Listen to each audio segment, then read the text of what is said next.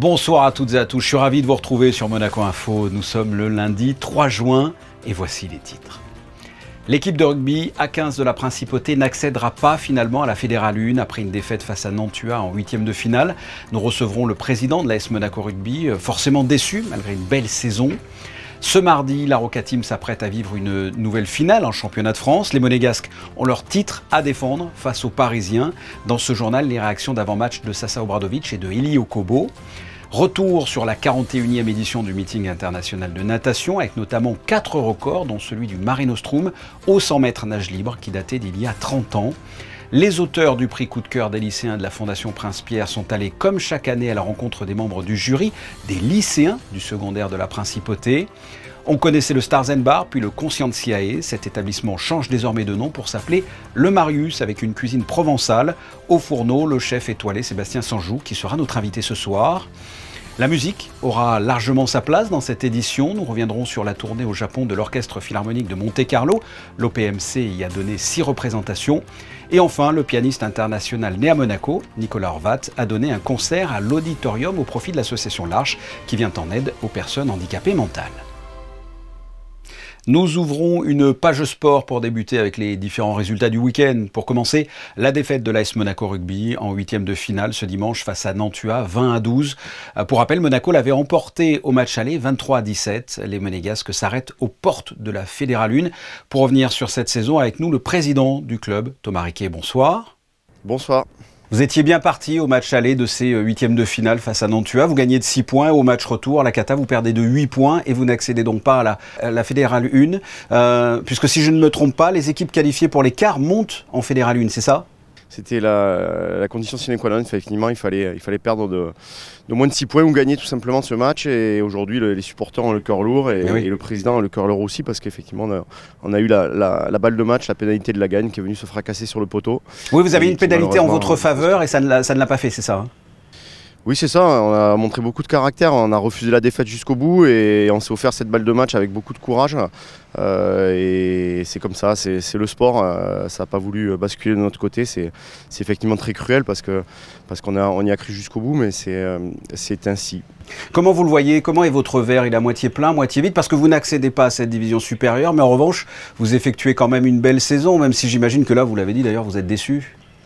Oui, on est encore sous le coup de la déception, mais on y a cru, on n'était pas programmé pour monter en Fédérale 1, ça c'est une réalité.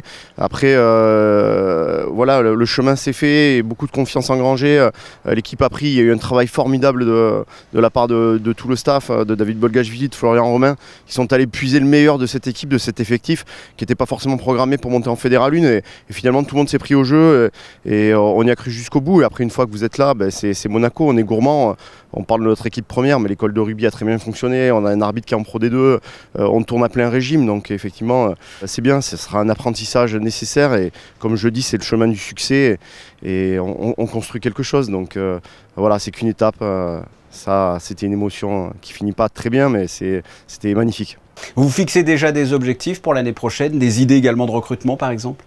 Oui, c'est sûr que maintenant on est un club attractif, on existe, les clubs en face nous respectent, on est dans une division maintenant où ça joue au rugby, où le spectacle il est magnifique, on a eu la chance d'avoir la présence de Monseigneur il y a 15 jours pour le 16e de finale à la maison, il est resté toute l'après-midi avec nous, je pense qu'il a vu l'émotion que peut provoquer le rugby et ces émotions-là, voilà, doivent exister à Monaco et voilà, on n'aspire pas à ce que tout le monde joue au rugby à Monaco, mais on veut que ces émotions puissent être vécues en Principauté. On peut dire d'ailleurs entre l'équipe de France qui s'entraîne à Monaco, le rugby à 7, votre équipe de rugby à 15, on peut dire désormais que Monaco est une terre de rugby. Je pense qu'on peut dire ça. D'abord pour le rugbyman qui est ici, et je pense qu'il peut prendre un plaisir fou.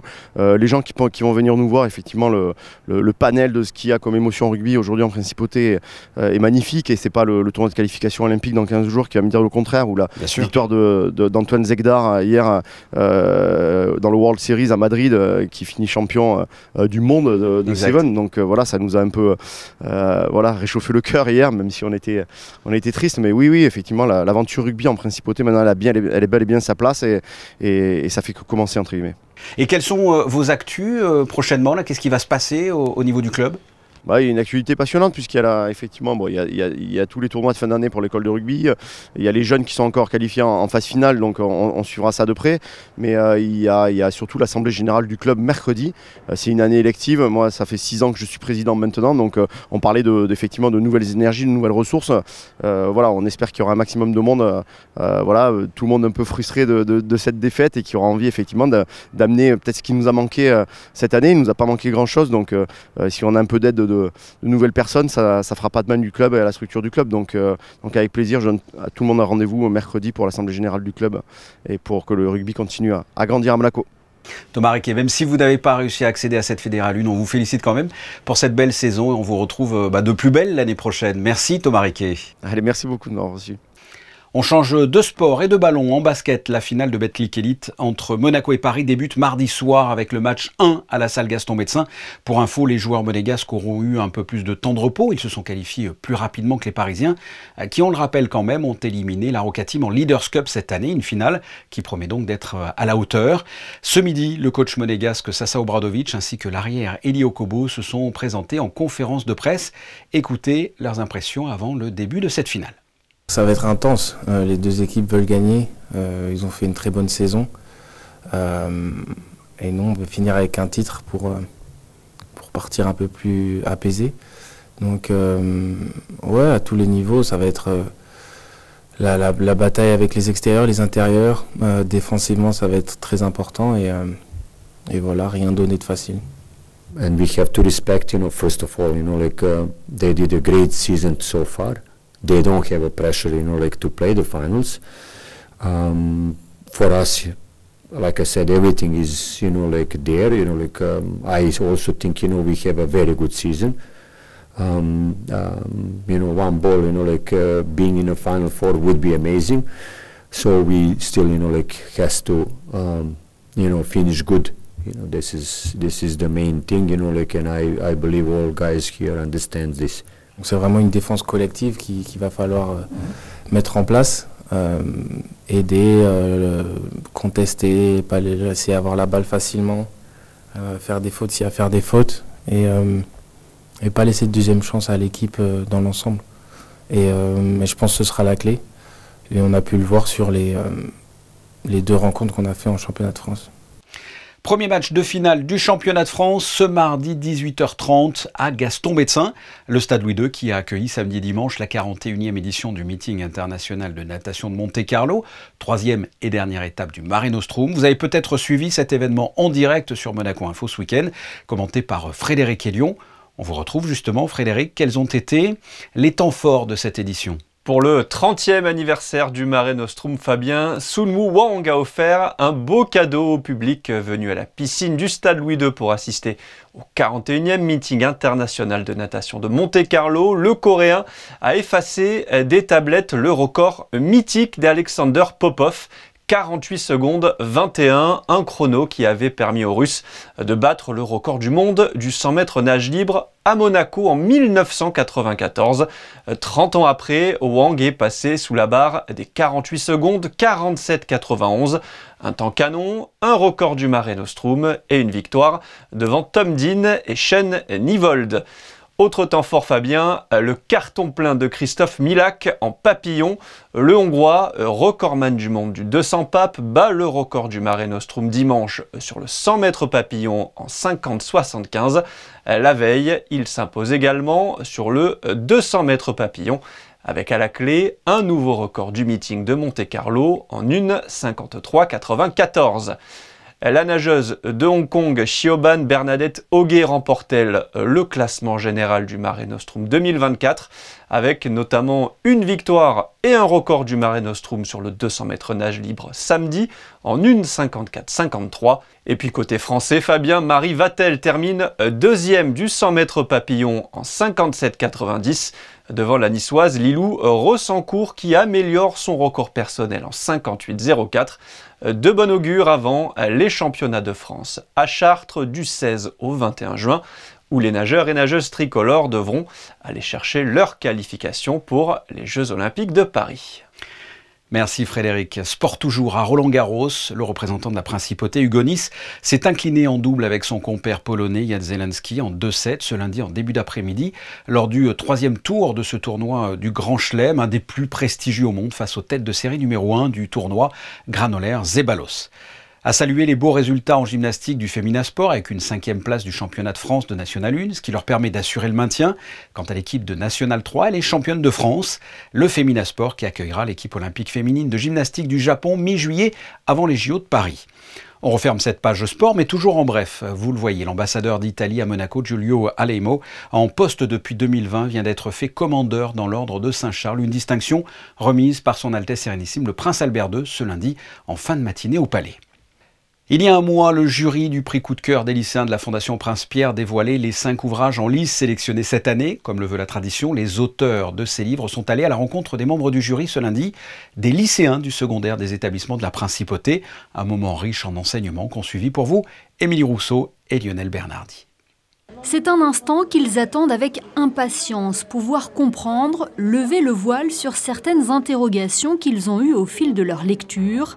Ces élèves de seconde de lycée de la Principauté sont les membres du jury du prix coup de cœur des lycéens de la Fondation Prince-Pierre, un prix créé en 2007 qui se veut être un véritable projet pédagogique. Le but, évidemment, c'est de les faire lire.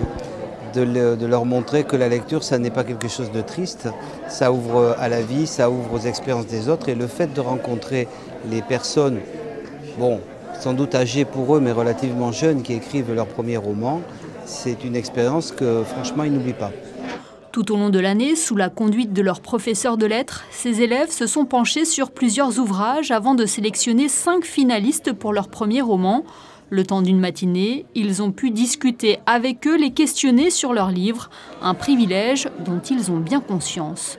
Je suis une très grande fan de lecture et j'ai jamais eu la chance de pouvoir rencontrer les auteurs des livres que je lis. Et là, franchement, pouvoir leur poser toutes les questions qu'on a et les connaître et savoir si c'était une biographie, s'ils ont déjà vécu l'histoire, etc. C'est extrêmement intéressant et franchement, moi j'ai adoré cette expérience. Je n'étais pas trop une grande fan de livres, mais bon, là, grâce au coup de cœur des lycéens, j'ai pu apprendre à découvrir des différents styles de livres et je trouvais ça très intéressant. Je trouve ça superbe qu'on puisse choisir et avoir cette opportunité de donner un grand coup de pouce aux auteurs. Donc, ouais, vraiment, c'est super. Les auteurs ont également apprécié ce temps de l'échange avec les membres du jury caractérisés par leur fraîcheur et leur jeune expérience. Moi, je suis toujours heureux de discuter avec des lycéens parce que c'est eux qui font vivre quelque part la littérature et qui vont la faire vivre. Ils ont une vision différente, un intérêt aussi pour la lecture qui est différent, qui commence parfois à se faire ou alors qui a vraiment été déclenché un petit peu avant. Et moi, je suis très très heureux de discuter avec eux. C'est très très intéressant d'échanger avec les lycéens, sachant qu'ils ont posé des questions qu'on m'a jamais posées. Pourtant j'en ai fait des rencontres. Hein. Mais oui, il y a une fraîcheur. On sent qu'ils ont bossé leurs questions, donc ils ont bien travaillé leur interview. Il y a une espèce de fraîcheur aussi, et puis il y a une... Ce qui est intéressant, c'est entre ceux qui ont lu le livre et ceux qui ne l'ont pas lu, parce qu'il y en a qui ne l'ont pas lu aussi. Donc l'idée c'est d'être entre les deux et de pas non tout divulgacher et en même temps de leur donner envie de le lire. Donc non, ils ont fait un sacré travail et ça a été très riche en réflexion. Cette aventure littéraire palpitante et conviviale s'achèvera en octobre prochain par la remise de l'ensemble des prix de la Fondation Prince-Pierre à la Salle Garnier. On connaissait le lieu emblématique du quai Antoine Ier, le Stars & Bar, puis le Conscientiae. Cet établissement change de nom pour s'appeler le Marius, avec dans les cuisines un chef doublement étoilé, Sébastien Sanjou, avec qui Christophe Pacaud s'est entretenu. Bonsoir Sébastien Danjou. Et bonsoir. Ou bonsoir chef, tout simplement un nouveau chef à Monaco, oui. Et pas n'importe lequel, un chef doublement étoilé. Racontez-nous votre palmarès finalement. Oh, palmarès, on va pas parler de palmarès, mais plutôt de parcours. Écoutez, il a commencé dans le sud-ouest, la station de ski de la Mongie, au pied du col du Tourmalet. Il y a de nombreuses années avec une famille issue de restaurateurs depuis 5 générations. Et puis voilà. Et puis après, la vie m'a amené dans le Var, où j'ai construit une maison qui s'appelle le Relais des Moines, aux Aix-sur-Argence, que je tiens depuis 22 ans maintenant. Puis on a ouvert une très jolie table à Paris au sein de la maison Villeroy, rue Jean Goujon, dans le 8e arrondissement, un endroit extraordinaire. On a la chance d'avoir une étoile également. Et puis voilà, une ferme auberge dans le Haut-Var à la table de Mentonne, un restaurant à Biarritz. Et puis voilà. Puis aujourd'hui, on est là, donc c'est formidable. Ça représente quoi pour vous d'installer Marius à Monaco? C'était un rêve, un fantasme, c'était une envie?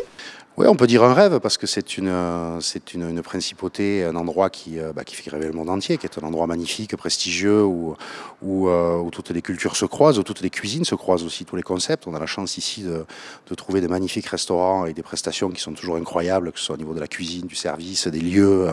Donc oui, c'est un rêve, et donc voilà, écoutez, l'opportunité s'est faite de rencontrer Didier, de rencontrer Marc, qui m'ont appelé pour les accompagner. Et donc je suis très très très honoré vraiment d'être là aujourd'hui, et puis de préparer cette belle ouverture de ce Marius qui me tient tant à cœur. On va parler de votre carte évidemment qui arrive à point nommé ici. Ça veut dire qu'il y aura beaucoup de poissons, mais c'est la moindre des choses ici, avec des locaux qui vous amèneront, comme les maraîchers d'ailleurs, et poissonniers ou bouchers, les produits pour vous? Oui, tout à fait. On est dans notre terroir, donc là on est dans la Méditerranée, la Provence, bien évidemment l'arrière-pays niçois, et donc on va s'inspirer de ce terroir pour aller chercher tous ces producteurs, ces pêcheurs qu'on peut avoir autour de nous, et puis construire notre carte évidemment avec tous ces acteurs sans qui on ne serait pas grand-chose. Avant de venir, vous croiser évidemment et de revenir, on l'espère, je vais trouver mes artichauts de Provence, je vais trouver mon petit poulpe, je vais retrouver des choses comme ça? Oui, tout à fait, des artichauts à la barigoule, les petits artichauts violets, effectivement, à la barigoule, la daube de poulpe, les encornets farcis à la niçoise, des très beaux poissons grillés que la pêche nous ramènera. Bien sûr. L'aioli, bien évidemment, l'aioli comme on lève en Provence, c'est un grand marqueur qui sera un beau plat à partager avec beaucoup de couleurs et de gourmandises également, et voilà, et plein d'autres choses. Les épaules d'agneau du Haut-Var, confites, glacées, voilà, et toutes ces petites garnitures qu'on va mettre au milieu de la table, là, ça va être sympa, ça va être sympa. Avec des vins à consommer avec modération, mais une très belle carte, on peut l'imaginer. Très belle carte des vins. Oui, c'est aussi ça, Marius, c'est très important. Une très très belle carte des vins, puisqu'on a plus de 400 références, donc c'est un vrai sujet, avec vraiment une carte avec des prix très larges, il y en a un petit peu pour toutes les gammes et toutes les bourses, et avec des choses très pointues et très agréables au juste prix, c'est important aujourd'hui. On parle toujours d'un plat signature, ça fait prestigieux. Pour vous, ce serait lequel? C'est une bonne question, j'ai envie de vous répondre tous, mais allez, j'ai quand même un petit artichaut barigoule, ça me tarde de le faire découvrir quand même.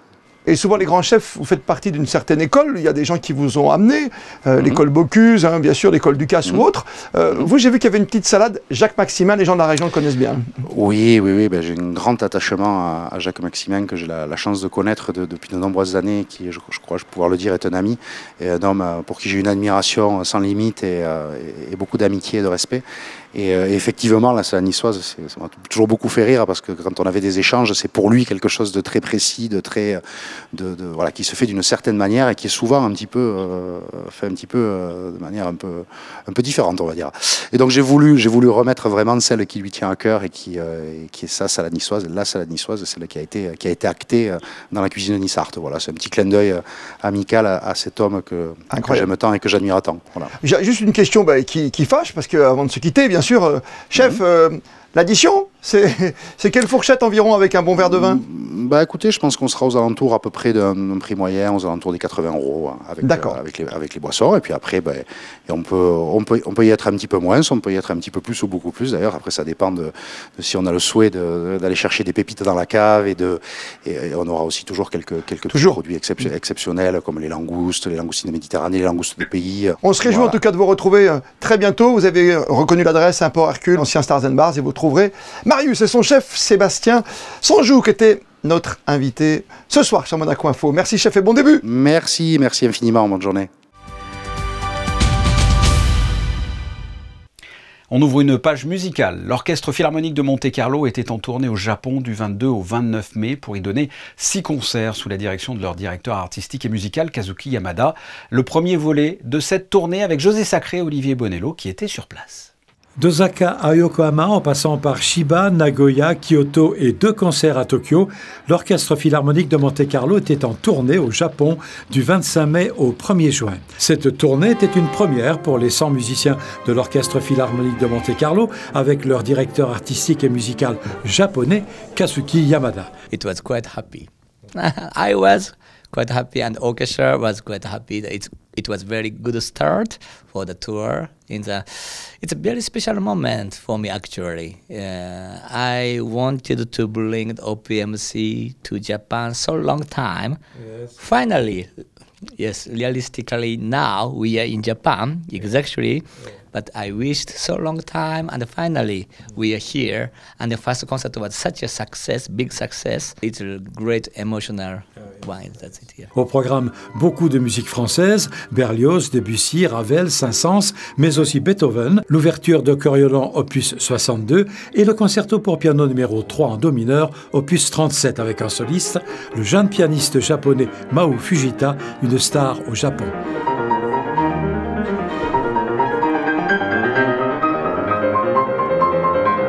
Nous reviendrons prochainement plus longuement sur cette tournée triomphale de l'Orchestre Philharmonique de Monte-Carlo au Japon.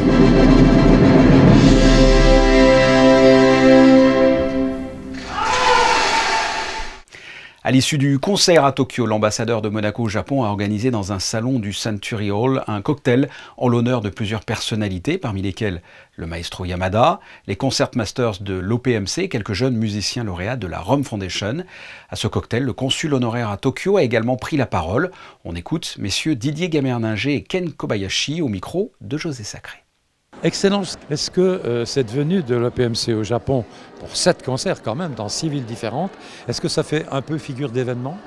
Alors oui, bien sûr, et Maître Yamada, vous l'avez vu, avant le concert à proprement parler, prend la parole pendant une dizaine de minutes, explique quelles sont les œuvres qui vont être proposées au public, et puis il parle de Monaco. Il parle de Monaco en expliquant le pays, en expliquant les concerts au Palais Princier. Et donc la qualité des prestations de l'orchestre et les présentations qui sont faites par le chef d'orchestre contribuent au rayonnement de la principauté. Et on peut dire en ce sens qu'effectivement, l'orchestre est un ambassadeur de la principauté. 今回このモンテカルロフィルは8年ぶりなんですね。前回2018年で、8年ぶりの来日で、東京以外も他もあるんですけれども、私は今晩山田さんの指揮を見てね、非常に感動しました。 On reste dans le domaine musical. À peine rentré du Japon, José Sacré a assisté au récital de piano de Nicolas Horvat, donné dimanche à l'Auditorium Régnier 3 au profit de l'Arche. Voyez son reportage.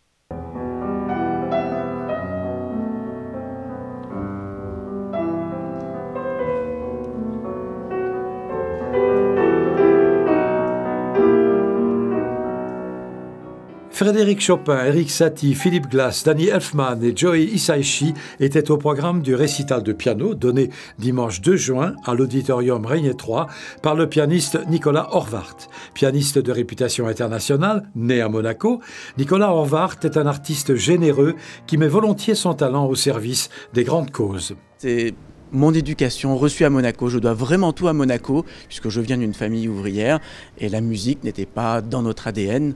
Et grâce au travail de la Fondation Princesse Grace et aussi de son Altesse Sérénissime Régnier III, qui ont fait cette Académie de Monaco, qui a permis aux jeunes comme moi, qui n'avaient pas les moyens de se payer de tels cours, de pouvoir avoir une formation poussée, vraiment élitiste et qui soit entièrement gratuite. Bien sûr, il fallait faire beaucoup de travail, beaucoup de talent, mais j'ai appris justement la générosité et aussi le don de soi, puisque quelque chose qui était fantastique dans ces années-là, c'est qu'on apprenait donc aux jeunes à donner de leur temps. On faisait beaucoup de petits concerts, que ce soit pour des maisons de retraite. À chaque fois, on nous apprenait justement à pouvoir rendre ce que l'on avait reçu.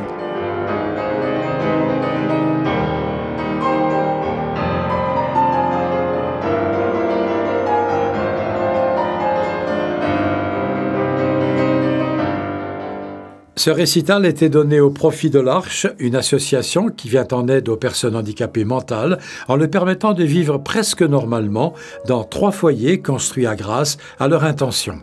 À la demande étant importante, un 4e foyer est en projet. Ce concert contribuera à sa réalisation. Passons aux prévisions météo avant de refermer ce journal. Quel temps est prévu pour ce mardi, Christina ? Bonsoir Fabien, bonsoir à tous. Du côté du ciel, mardi, des nuages le matin et de belles éclaircies l'après-midi. À noter cependant des passages nuageux pouvant être très denses en cours de journée. Les températures, quant à elles, oscilleront entre 17 et 21 degrés. Demain, nous fêterons les Clotildes. Merci Christina. Monaco Info, c'est aussi des podcasts et les 2 derniers en date à découvrir. La mannequin et actrice française, la Normande Estelle Lefébure, ainsi que le directeur général du Yacht Club Bernard d'Alessandri. On se quitte avec les photos du jour consacrées à la 41e édition du meeting international de natation de Monte-Carlo. Ce sont des photos de Frédéric Nébinger. On se retrouve pour une nouvelle édition mardi à 19h. Je vous souhaite de passer une excellente soirée. Au revoir.